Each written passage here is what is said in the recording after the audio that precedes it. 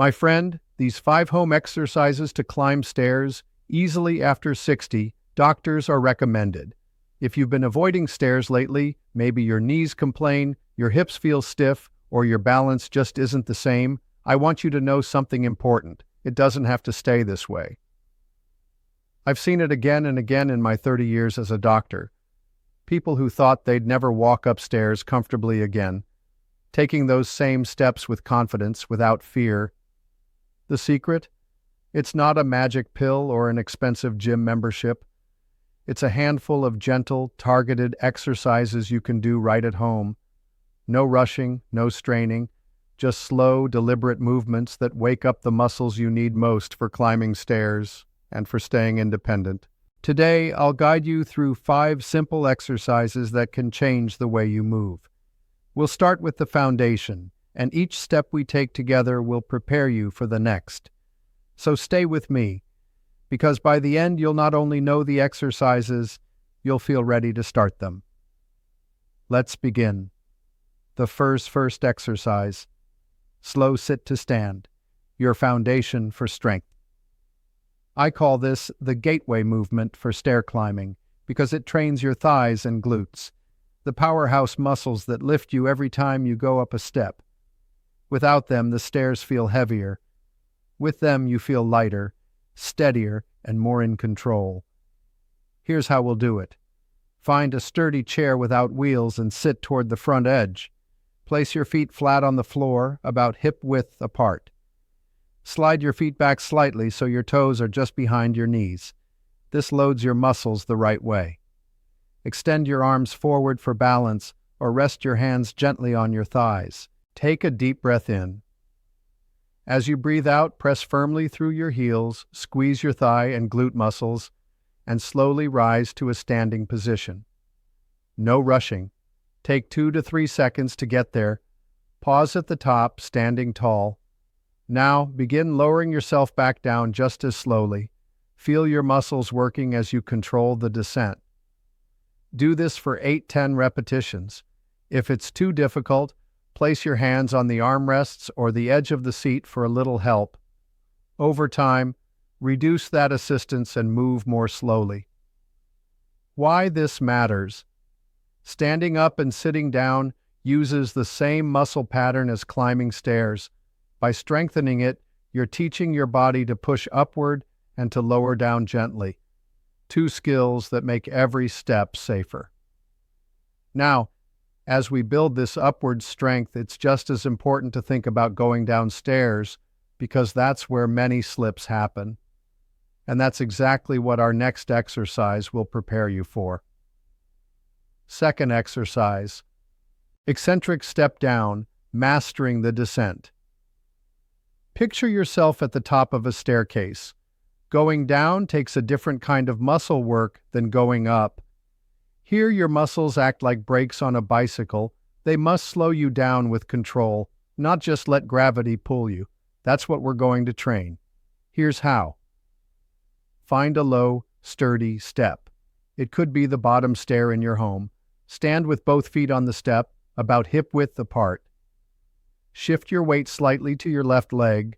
Slowly lower your right foot toward the floor, taking a full 3 to 5 seconds to reach it. Your heel should just kiss the ground, not stomp. Press through your standing leg to bring your right foot back up onto the step. Repeat for 10-12 reps, then switch sides. If balance feels tricky, hold a wall, railing, or chair for support. You can start with a lower step and gradually increase height as you gain control. Why this matters? Research shows that eccentric strength, your muscles lengthening under load, helps older adults build and keep muscle faster. This movement teaches your body how to decelerate safely, protecting your knees and giving you confidence on every descent. And once we've built this control going down, we need to strengthen another key area that pushes you upward and stabilizes you, the calves. They're small, but they make a big difference. Third exercise is the calf raise, unlocking the hidden power. Most people don't realize how much their calves do when climbing stairs. These muscles push your body up, support your knees, and even help your balance when you shift weight from one leg to the other. Here's how we'll train them. Stand tall behind a sturdy chair, lightly holding it for balance. Keep your feet hip-width apart. Slowly lift your heels, rising onto the balls of your feet.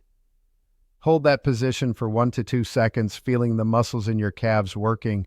Lower your heels slowly back to the ground. Don't let them drop. Aim for 15-20 reps, 2 to 3 sets. When you feel ready, try doing them one leg at a time to increase the challenge. Why this matters.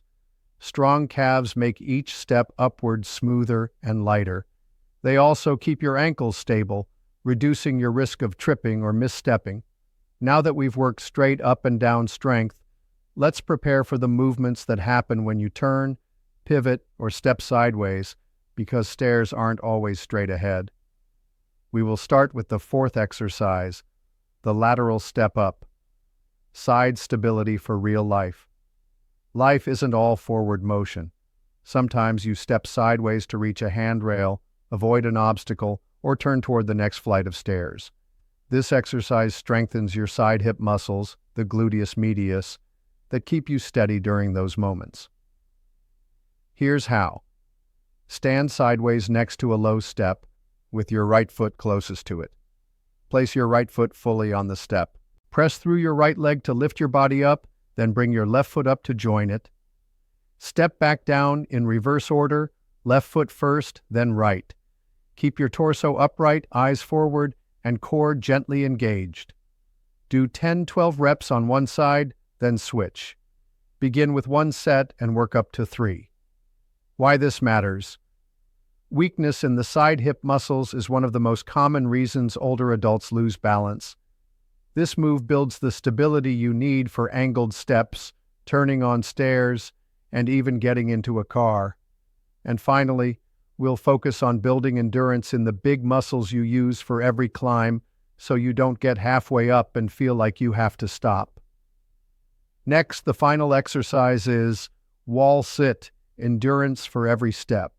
This is a quiet, powerful exercise. It looks simple, just sitting against the wall, but it forces your thigh and hip muscles to work steadily, building stamina that makes long flights of stairs possible.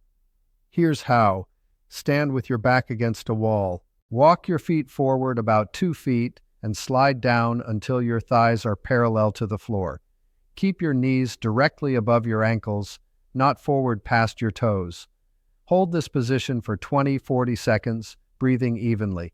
If 20 seconds feels like too much, start with 10 and build up slowly. Aim to add 5 seconds each week. Why this matters. The wall sit strengthens your muscles without movement, which helps them sustain effort for longer periods. It means fewer pauses on the stairs, less fatigue, and more confidence when you face that next climb. These 5 exercises work together, strength, control, stability, and endurance, to make stair climbing safer and easier after 60. Start with 2 or 3 of them, twice a week.